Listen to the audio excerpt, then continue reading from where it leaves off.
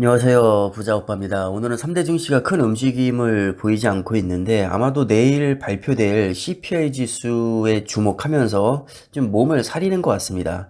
분명히 내일 CPI 지수가 발표가 되고 나면 급등 아니면 급락을 할 거거든요. 굉장히 큰 변동성을 보일 것으로 생각이 되는데 아마도 눈치 싸움을 하고 있지 않나 생각이 듭니다. 뭐 어찌됐든 3대 증시는 지금 아주 소폭 상승을 하고 있긴 합니다. 하지만 큰 의미가 없죠. 어차피 내일이면 굉장히 큰 변동성을 보일 겁니다. 저는 개인적으로 내일 하락할 가능성이 높다고 보는데 그럼에도 불구하고 TQ와 속스를 10주씩 더 추가 매수를 들어갔습니다. 왜냐하면 내일 폭등하든 폭락하든 먼 미래를 내다보는 저로서는 당장 뭐 몇십 프로 왔다 갔다 하는 게 전혀 의미가 없기 때문입니다. 그저 습관적으로 매수를 하고 있을 뿐이고 솔직히 말씀드리면 요즘 같은 지독한 하락장에서는 매수 버튼에 손이 잘 가지 않거든요. 그래서 일부러 더 소량씩 자주 매수를 들어가고 있습니다. 억지로라도 자꾸 매수를 하다 보면 그 자체로 또 습관이 형성될 수 있거든요. 굉장히 중요한 습관이라고 봅니다. 주가에 크게 상관없이 수량을 늘려나가는 게 저는 가장 중요하다고 생각을 합니다. 뭐 그렇게 큰 의미는 없겠지만 뭐 어찌됐든 지금 속sul 수익률은 마이너스 39%, TQ 마이너스 26%, 여전히 크게 지금 손실을 보고 있습니다. 속술 같은 경우는 필라델피아 반도체 지수를 3배로 추정하는 ETF죠. 필라델피아 반도체 편입된 종목들을 보면 AMD 있고 ASML이 있습니다. 그 다음에 글로벌 파운드리, 자 최근에 편입을 새로 했고요. TSMC, 램 리서치, 마이크론, 브로드컴, 어플라이드 머티리얼즈, 엔비디아, 인텔, 퀄컴. 아마 주식에 크게 관심이 없으신 분들도 지금 말씀드린 종목들은 잘 알고 계실 겁니다. AMD와 인텔은 CPU 부문에서 굉장히 치열하게 경쟁을 하고 있는데 일단 둘 다 미국 기업이고요. 사실상 CPU를 만드는 업체는 이 두 기업밖에 없다고 보시면 됩니다.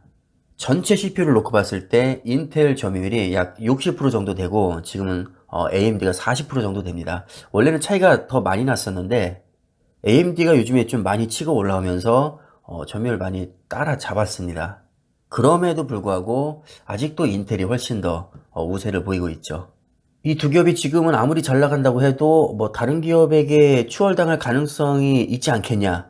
없습니다. 그런 가능성은 사실상 제로에 가깝다고 봅니다. 왜냐면 이 두 업체는 수십 년 동안 지금 2파전 양상을 보이고 있거든요. 지금은 기술 발전 속도가 워낙에 빠르다 보니까 한 5년만 뒤쳐져도 따라잡기가 힘든데 수십 년 동안 두 기업이 쌍벽을 형성하고 있었습니다. 이제 와서 이 두 기업을 따라잡기는 거의 불가능에 가깝습니다. CPU는 사람으로 따지면 두뇌의 비유가 되거든요. 요즘 GPU에 비해서 CPU가 약간 찬밥 취급을 받는 경향이 있는데 아무리 찬밥 취급을 당한다고 해도 CPU는 여전히 전도 유망한 핵심 프로세서입니다. 이 CPU 없이는 여러분들 직장에서 한글, 파워포인트 작업 전혀 할 수 없고요. 노트북도 쓸 수 없습니다. 그리고 저는 컴퓨터로 영상을 편집해서 유튜브에 업로드를 하는데 이 AMD와 인텔 CPU 없이는 윈도우 환경에서는 작업을 못한다고 보시면 됩니다. 지금 제 PC에는 AMD CPU가 꽂혀 있고요. 엔비디아 그래픽카드, 삼성전자 램, 그리고 삼성전자 SSD 이렇게 꽂혀 있는데 AMD CPU는 누가 만들었느냐? TSMC가 만들었고요. 엔비디아 GPU도 TSMC나 삼성전자가 만들었습니다. 한마디로 갑자기 외계인이 침공해서 지구가 멸망하지 않는 이상 AMD와 인텔은 망할 가능성이 거의 없다고 보시면 됩니다. 자, 그 다음에 그래픽카드에서는 AMD, 엔비디아, 인텔 이 세 기업이 경쟁을 하고 있는데 역시 엔비디아의 점유율이 60.5%로 압도적으로 높고 그 다음에 AMD와 인텔이 또 치열하게 경쟁을 하고 있습니다. 그래픽카드 핵심 프로세서는 GPU라고 할 수 있는데 이 GPU는 어디에 많이 쓰이냐면 요즘에 뭐 자율주행, 인공지능, 슈퍼컴퓨터 연산, 데이터 센터, 게이밍, 메타버스 이런 쪽에 굉장히 최적화된 프로세서입니다. 소위 4차 산업혁명 최대 유망 반도체라고 할 수 있습니다. 원래 고성능 GPU 분야에서는 AMD와 엔비디아가 치열하게 경쟁을 해오고 있었는데 최근에 인텔에서 또 외장 그래픽카드 진출 선언했거든요. 원래 인텔은 연산 능력이 그렇게 뛰어나지 않은 내장 그래픽 쪽에 좀 점유율이 높은데 요즘에는 좀 외장 그래픽 쪽에도 관심을 많이 가지고 있습니다. 자, 그래서 AMD, 엔비디아, 인텔 앞으로 세 기업이 좀 치열하게 경쟁을 할 것으로 예상이 됩니다. 이 세 기업 모두 필라델피아 반도체에 또 편입이 되어 있죠. 자, 그 다음에 반도체 제조를 전문으로 하는 파운드리. 자, 여기서는 TSMC와 삼성전자가 세계 1, 2위를 다투고 있고, 글로벌 파운드리가 4위권입니다. TSMC와 글로벌 파운드리 모두 필라델피아 반도체에 편입이 되어 있죠. 반도체 공정은 크게 8대 공정으로 나눌 수가 있는데, 특히 노광기에 최적화된 기업이 ASML입니다. EUV 노광기 같은 경우는 전 세계에서 ASML 단 한 군데밖에 만들 수가 없습니다. 사실상 독점 기업이라고 할 수 있죠. 그 다음에 시각장비나 증착장비는 뭐 어플라이드 머티리얼즈, 램 리서치 이런 기업들이 유명하고, ASML과 더불어서 세계 반도체 장비 3대장이라고 부릅니다. 이 3대장 모두 필라델피아 반도체에 또 편입이 되어 있습니다.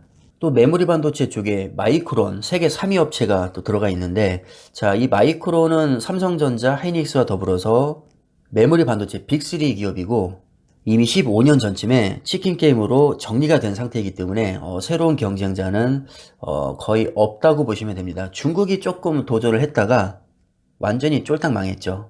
그러니까 반도체 업계의 동향을 보면 소수 기업이 좀 과점하는 형태를 많이 띠고 있습니다. 장비 쪽에는 세 개 업체가 굉장히 크게 점유를 하고 있고, 메모리 반도체도 세 개 업체, CPU는 두 개 업체, GPU는 세 개 업체, 파운드리는 초미세공정 분야만 봤을 때는 TSMC, 삼성전자 2파전이고, 10나노 이상급까지 들어가면 뭐 UMC, 글로벌 파운드리, SMIC 한 5파전 정도로 보시면 됩니다.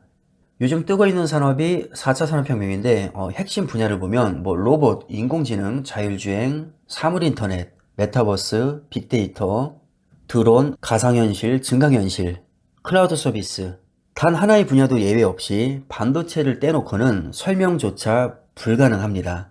자, 그렇다면 반도체는 무조건 크게 성장할 수밖에 없겠죠. 그런데 필라델피아 반도체 편입된 종목들을 보면 대체적으로 이미 완전히 자리를 잡은 업체들입니다. 새로운 경쟁자가 나타나기 힘든 구조를 띠고 있고, 이미 수십 년째 상당한 노하우를 쌓은 기업들이 대다수입니다. 자, 그렇기 때문에 경기나 사이클에 좀 민감할 뿐이지 이 업체 자체의 경쟁력으로 보면 굉장히 안정적인 종목들로 구성이 되어 있습니다. 전망 너무 밝고 기업들 뭐 장난 아니게 튼튼하고, 주가는 외부적인 요인으로 겁나게 많이 빠졌고, 자, 그렇다면 이런 상황에서 매수를 안 하면 도대체 언제 매수를 할까요? 저는 지금이 좋은 매수 타이밍이라고 생각을 합니다. 그래서 오늘도 매수를 한 것이고요. 그러나 바닥을 알 수 없기에 너무 욕심내서 한 방에 들어가지 않고 추가 하락에 대비해서 현금을 또 준비하고 있습니다. 아무리 많이 싸졌다고는 하지만 얼마나 빠질지 알 수 없기 때문에 또 너무 급하게 들어가면 마음고생 심하게 할 수 있거든요.